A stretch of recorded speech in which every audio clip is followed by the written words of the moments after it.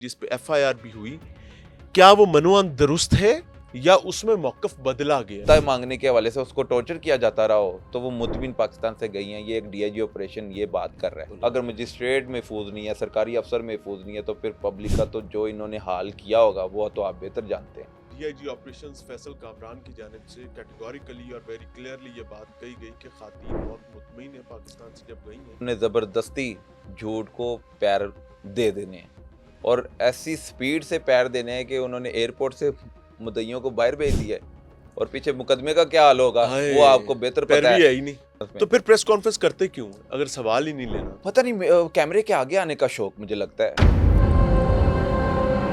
रजा डार ही इसमें डिटेन करने वाला है, इनवाइट करने वाला है और आगे फिर अपने दोस्तों के हाथों उनकी उठाने वाला है।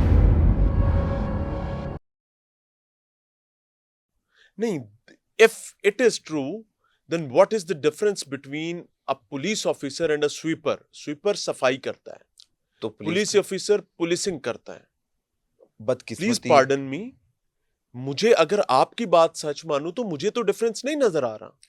ये वो स्वीपर भी सफाई करता है, ये शायद की सफाई करता है। क्राइम सीन को भी धो दिया गया है, इन्होंने क्राइम सीन को महफूज नहीं किया। मुलजम पकड़े जाते हैं, देर नहीं तो चले कुछ अरसे बाद पकड़े जाएंगे। इन्होंने फोरेंसिक्स गई है वहां पे, पता नहीं अब क्या कर सकते हैं, सारा इख्तियार इनके पास है। ये तो मजिस्ट्रेट के अच्छा घर घुस सकते हैं। ये मजिस्ट्रेट के घर अजीब स्टूपिड हरकत हुई थी। मजिस्ट्रेट के घर धावा बोल सकते हैं, तो कभी इम्कान है कि शायद भी छुपाएं।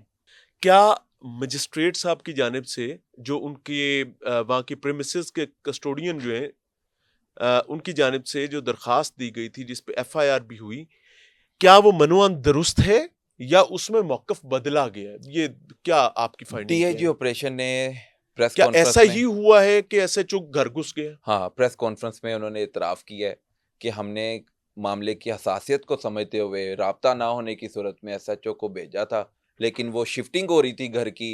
मजिस्ट्रेट साहब अस्करी टेंट से कोई इधर मुस्तफाबाद जुडिशल कम्प्लेक्स में आ गए हैं, तो शिफ्टिंग के दौरान अभी 2-3 रोज गुजरे थे, तो वो अभी शिफ्टिंग के दौरान ही वो फिर कोई दरवाज़ा खुला रह गया तो उनका एसएचओ अंदर बढ़ और गया। एसएचओ अंदर बढ़ गया।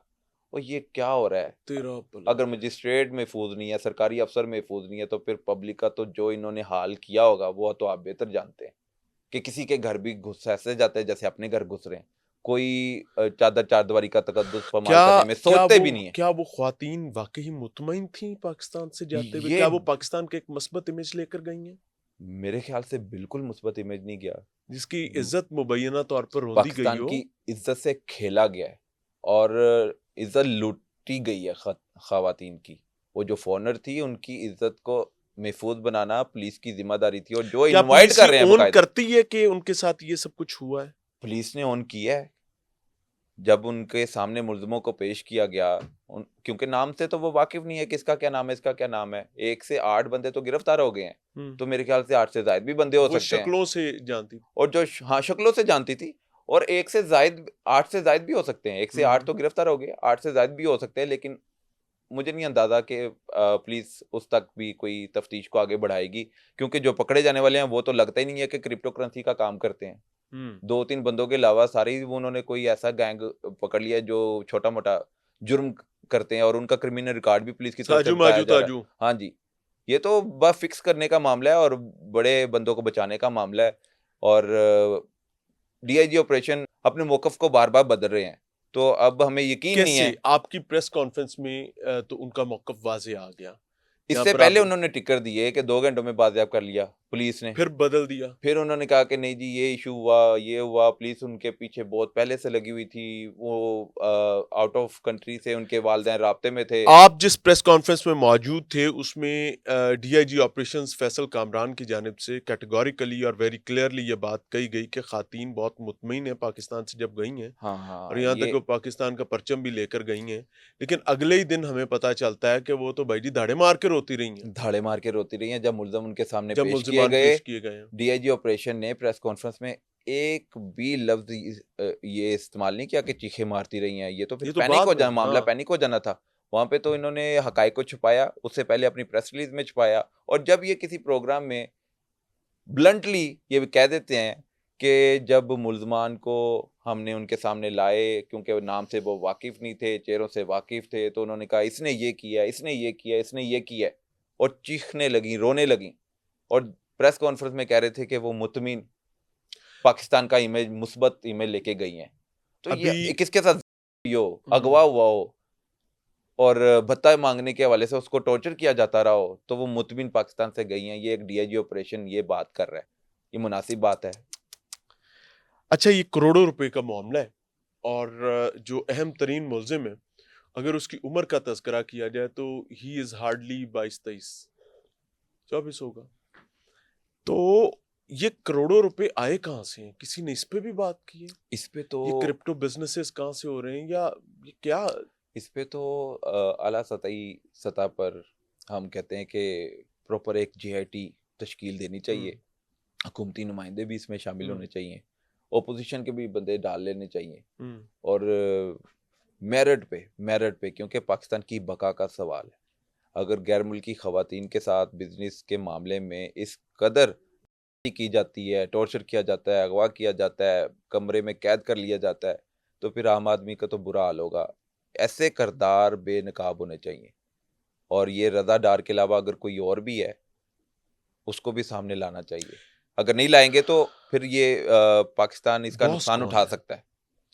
बॉस कौन है? बॉस को तो पकड़ना मुश्किल ही नहीं, नामुमकिन है। अच्छा, हाँ जी, वो इसलिए कि जो मुल्ज़िम उन्होंने बताए हैं उसमें ये कहा है रज़ा कि ये इनके गले वही में फंस गया है तो बॉस किथों आएगा? रज़ा बास ही सरगना है, उसके अलावा अगर उसने रज़ा कोई डार। रज़ा डार हम्म, रज़ा डार ही इसमें डिटेन करने वाला है, हम्म, इनवाइट करने वाला है, और आगे फिर अपने दोस्तों के हाथों उनकी इज्जत लुटाने वाला है, लिटरली।